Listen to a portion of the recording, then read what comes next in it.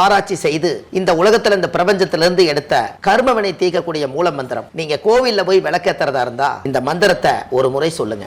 முற்பிறவியில செய்த பாவங்கள் எப்பிறவிக்கும் தொடராமல் இருக்க இப்பிறவியிலேயே என் தந்தை வழியில் வந்த கர்மாவனை, என் தாய் வழியில் வந்த கர்மாவனைகள், என் தாயுடைய கர்ப்பத்திலிருந்து நான் இந்த பூமிக்கு கொண்டு வந்த கர்மாவனைகளும் இன்றோடு நிவர்த்தியாகட்டுன்னு 5 தீபம் விளக்கேத்தி சாமிக்கு தேங்காய் வளம் பூ மாலை கல்கண்டு வாங்கி அர்ச்சனை பண்ணி உங்க ஜாதகத்தை கொண்டு போய் சாமி பாதத்துல வச்சு இன்னையோட எனக்கு எல்லாம் நல்லது நடக்கும்னு மனசார கும்பிட்டு வாங்க. வாழ்க்கையில அசுர வளர்ச்சிக்கு வந்து. அனைவருக்கும் வணக்கம். பாரம்பரிய திருவள்ளுவர் குல வம்சம் பிரசன்ன ஜோதிடர் சுபமாரிமுத்து திருப்பூர்லேருந்து இந்த பதிவு உங்களுக்காக. இன்றைக்கி மூல நட்சத்திரத்தை பற்றி 19வது நட்சத்திரத்தை பற்றி இன்றைக்கி நம்ம பார்க்க போகிறோம். ஆமாய்யா. இந்த மூல நட்சத்திரம் யார் அப்படின்னு கேட்டிங்கன்னா, தெய்வத்தில் பார்த்தீங்கன்னா ஆஞ்சநேயர் பிறந்த நட்சத்திரம்னு சொல்லுவாங்க. இந்த மூல நட்சத்திரம் வந்து குருவுடைய நட்சத்திரம். யாரோட வீடுனா குருவோட வீடு. ஓகே. அது கேதுவுடைய நட்சத்திரங்க. இருக்கிறதுலையே மூல நட்சத்திரக்காருக்கு வந்து ஞான மார்க்கம் ரொம்ப அதிகம். இந்த ஞான மார்க்கம் ரொம்ப அதிகமாக இருக்குது. இந்த ஞானம் வந்து அதிகமாக இருக்குங்க. அவங்களுக்கு இந்த உந்து வேகம் பறக்கும் சக்தி யாருக்கு இருக்குதுன்னா ஆஞ்சநேயருக்கு தான் இருக்குது. ஆமாம். ராமர் வந்து சீதா தேவியை ராவணனை கடத்திட்டு போயிட்டாரு. இந்த சீதா தேவியை கடத்திட்டு போனோன்னு ராவணர் தான் கடத்தி வச்சுக்கிறாரான்னு எப்படி பார்க்கறதுன்னு ராமர் ரொம்ப வேதனைப்பட்டு இருக்கும்போது இலங்கையில் போய் பறக்கும் சக்தி வச்சு சீதா தேவியை மரத்தில் கட்டி போட்டு சிறை அடைச்சதை ஆஞ்சநேயர் பார்த்துட்டு வந்து ராமர்கிட்ட சொன்னார், நீங்கள் ரொம்ப தேடாதீங்க, சீதா தேவியை நான் பார்த்தேன். அவர் வந்து அந்த சிறையில் கட்டி போட்டு அடைச்சி வச்சுருக்காங்க. அது வந்து நம்ம எப்படியாவது அவங்கள மீட்டெடுக்கணும்னு சொல்லி இந்த ராமரும் சீதா தேவியும் பிரிஞ்சிருக்கிறத சேர்த்துறக்காக ஒன்றுக்கு ஒன்று படாத பாடுபட்டு இவங்க 2 பேர்த்தையும் சேர்த்துறக்காக அனுமார் ரொம்ப கஷ்டப்படுறாரு. அதனால் இந்த மூல நட்சத்திரக்காரி ஏதாவது பஞ்சாயத்து ஓடிச்சுன்னா கணவன் மனைவி 2 பேரும் இனிமேல் பிரிஞ்சிடலான்னு நினச்சிட்டு பஞ்சாயத்து பண்ணுற இடத்துல மூல நட்சத்திரக்காரை கொண்டு போய் நிறுத்துறீங்கன்னா அவங்கள சேர்த்து வச்சுருவார். ஓகே. என்னங்கம்மா, இந்த நட்சத்திரங்களுக்கும் இந்த ஆதிக்கங்களுக்கும் ஏதோ ஒரு பவர் இருக்குது பாருங்களேன். இதெல்லாம் நம்ம தெரிஞ்சுக்கணுங்க. அதாவது மூல நட்சத்திரத்தில் பிறந்திருந்தா அவங்களோட வாழ்க்கையில் நம்ம அடுத்தடுத்த லெவலுக்கு போகிறதுக்கு நம்மளுடைய கர்மா எப்படி சப்போர்ட் பண்ணுன்னா, மூல நட்சத்திரக்காரி எல்லாரும் என்ன சொல்லி வச்சுக்கிறாங்கன்னா ஆண் மூல அரசாளு பெண் மூல நெருமூலன்னு சொல்லி வச்சுருக்காங்க. அது மாற்றி காலப்போக்கில் பார்த்தீங்கன்னா அது ஜாதகத்தில் ஆதி காலத்தில் ஒரு ரூல் என்ன கொடுத்துருக்காங்கன்னா ஆணி மூலம் அரசாளு கன்னி மூல நெருமூலன்னு வச்சுருக்காங்க. ஓகே. என்னங்கம்மா, ஆணி மூல அரசாளுமா அப்படின்னு இல்லைங்க. சித்திரை வைகாசி ஆணி, இந்த ஆணி மாதத்தில் வரக்கூடிய மூல நட்சத்திரத்தில் ஒரு ஆம்பளை பையன் பிறந்து அது அரசால பிறந்ததான். ஓகே. கன்னி மூலம்னா மேச ரிஷப மிதுன கடக சிம்ம கன்னி, 6வது ராசி கன்னி. அதே போல் சித்திரை வைகாசி ஆணி ஆடி ஆவணி புரட்டாசி. புரட்டாசி மாதத்தில் ஒரு பெண் குழந்தை மூல நட்சத்திரத்தில் பிறந்தால் அந்த வாழ்க்கை பாழாகுன்னா அந்த காலத்தில் முன்னோர்கள் அதை சொல்லி வச்சுருக்காங்க. அது ஆணி மூல அரசாளு, இது கன்னி மூல நெருமூலன்னு வச்சுருக்காங்க. இவங்க எப்படி வச்சுட்டாங்கன்னா பெண் மூல நெருமூலன்னு வச்சுட்டாங்க. ஏன்னா எல்லா பெண்களுக்குமே மூல நட்சத்திரங்களில் பிறந்துக்கிறவங்களுடைய வாழ்க்கையெல்லாம் இல்லாமல் போயிட்டு அவங்க எங்கே போவாங்க? இது அப்படி சொல்லி வைக்கிறீங்க. சாஸ்திரத்தில் அந்த கன்னி மூல நெருமூலம்னு எதுக்காக சொன்னாங்கன்னா, அந்த கன்னி மாதம் 6வது ராசியில் அந்த கன்னி மூல நெருமூலம் வந்தால் மூல நட்சத்திரத்தை பிறந்தால் அது 6வது என்பது கடன் நோய் வழக்கு பிரச்சனை உள்ள இடத்துல அது பிறந்துச்சுன்னா அதில் நோய்வாய்ப்பட்டு அவங்களுக்கு வாழ்க்கை கொஞ்சம் கிடைக்காதேங்கிறக்காக அவங்க வாழ்க்கையே பாழாயிருச்சேன்னு சொல்லி அந்த காலத்தில் அப்படி ஒரு ஐதீகத்தை சொல்லி வச்சதை இவங்க ஆண் மூலம் அரசாளு பெண் மூல நெருமூலம்னு சொல்லி வச்சிட்டாங்க. அது அப்படி இல்லைங்க. இன்னும் சொல்ல போனால் எல்லா மூல நட்சத்திரம் 12 ராசியில் இருக்கிற மூல நட்சத்திரமே அவங்களுக்கு ஆஞ்சநேயருடைய அவதாரம் எடுத்த நட்சத்திரங்க. யாருக்கு எந்த பாதிப்பு வராது. ஒரு விஷயம் உங்களுக்கு ஒன்று சொல்லட்டுங்களா, உங்களுடைய பிறப்பில் 9 கிரகம் 27 நட்சத்திரம் 12 ராசி ஒரு தாயுடைய கருவிலிருந்து நீங்கள் பிறக்கும்போதே உங்களுக்கு என்ன நடக்குன்னு எழுதப்பட்டது. இது எதுவுமே மாற்றப்படாது. தலையெழுத்து யாராவது மாற்ற முடியுமா சொல்லுங்கள்? முடியாது. ஆனால் உங்கள் பெயர் எழுத்தை மாற்றலாம். என் பேர் சுபமாரிமுத்துன்னு இருக்குது. என் பேரை வந்து சுபமாரிமுத்துங்கிறத இன்னொரு காளிமுத்துன்னு நீங்கள் மாற்றிடலாம். ஆனால் உங்கள் தலையெழுத்தை மாற்ற முடியுமா? முடியாது. அப்போ நான் பிறக்கும்போது பெயர் எழுத்தை மாற்றலாம், தலையெழுத்தை மாற்ற முடியாது. ஆல்ட்ரு வேணால் பண்ணலாம். எப்படி? இந்த சட்டை அழுக்காக இருக்குது, துவைச்சி மறுபடியும் போட்டுக்கலாம், ஆல்ட்ரு வேணால் பண்ணலாம். இந்த சேர் ஒரு பக்கம் ஆடிட்டு இருக்குது, இந்த இடத்துல ஒரு மரக்கட்டை வச்சு ஸ்ட்ராங் படுத்தலாம், ஆல்ட்ரு தான் பண்ண முடியும், தலையெழுத்தை மாற்ற முடியாது. இப்போ கேட்கலாம், ஜோசியர் இந்த இடத்துல உங்களுக்கு என்ன வேலை? இப்போ ஜோசியர் வந்து சார் உங்களால் ஜாதகம் பார்த்தா எல்லாமே சரியாகுன்னு சொல்கிறாங்களே, அப்புறம் எப்படி நீங்கள் வந்து தலையெழுத்தே மாற்ற முடியாதுங்கிறீங்களே, அப்புறம் எப்படி நீங்கள் வந்து எங்களை எல்லாம் சரி பண்ணுவீங்கன்னு ஒருத்தர் கேட்டால், ஜோதிடம் எதுக்கு கூட வருதுன்னு கேட்டிங்கன்னா, ஜாதகம் எதுக்கு பார்க்கணுன்னா உங்களோட வாழ்க்கையில் பாதகமாக போயிட்டு இருக்கக்கூடிய வாழ்க்கையை சாதகமாக அமைச்சு கொடுக்கறதுக்காக சாதகம் பார்க்க வரேன்.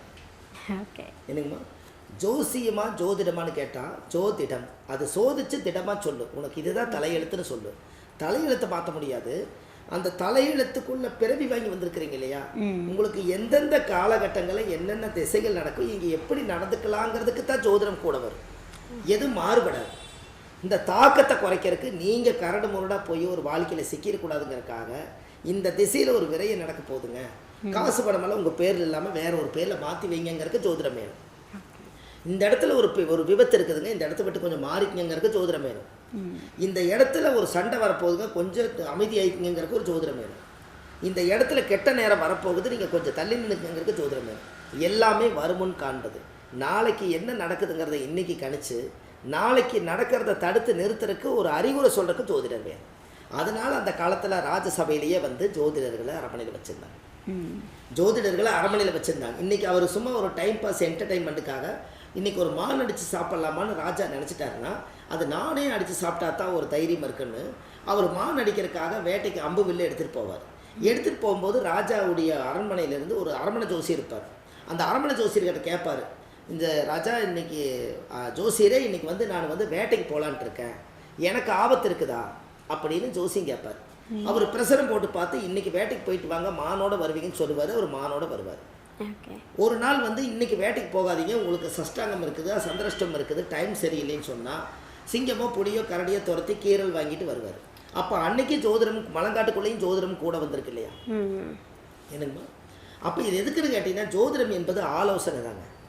உங்கள் வாழ்க்கையை ஆலோசனை பண்ணி ஒரு நல்ல வார்த்தை சொல்கிறதுக்கு ஜோதிடம் தேவை.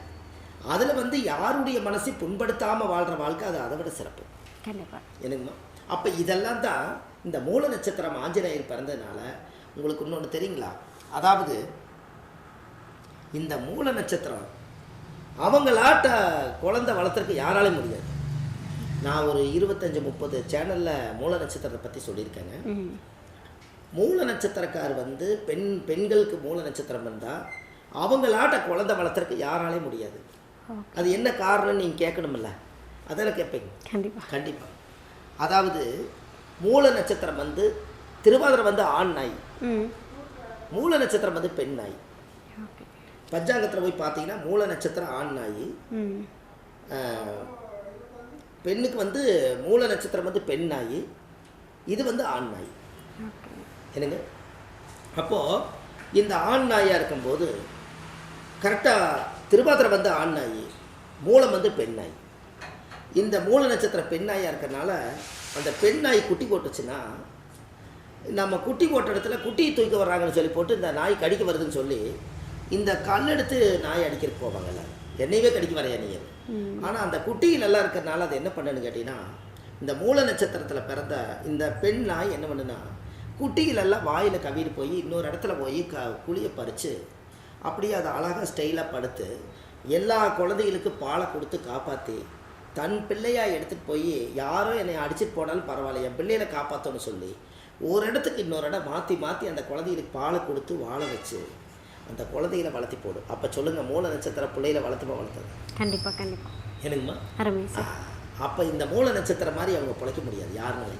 அவ்வளோ அற்புதமான ஒரு நட்சத்திரங்க. அதனால தான் அஞ்சாத நெஞ்சம் படைத்த ஆஞ்சநேயர்னு சொன்னாங்க. அவங்களுக்கு பெண்களாக இருந்தாலும் தைரியம் அதிகமாக இருக்கும்.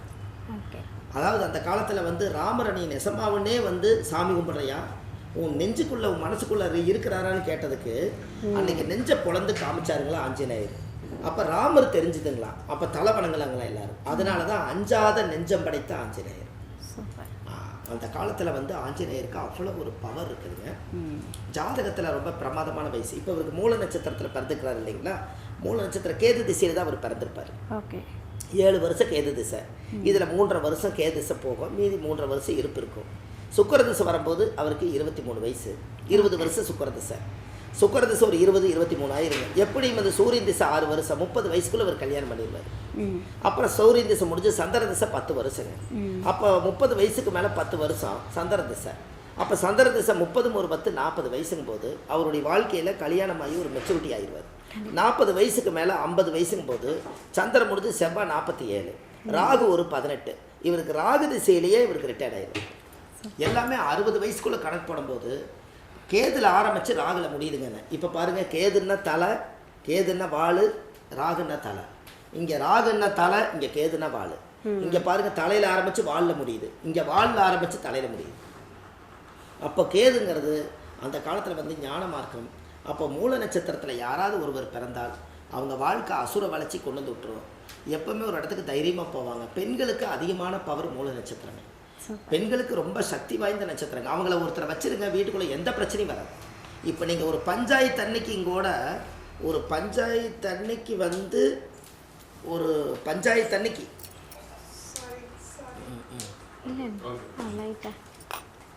கீழே தான் சும்மா டச் பண்ணி அவ்வளோதான்.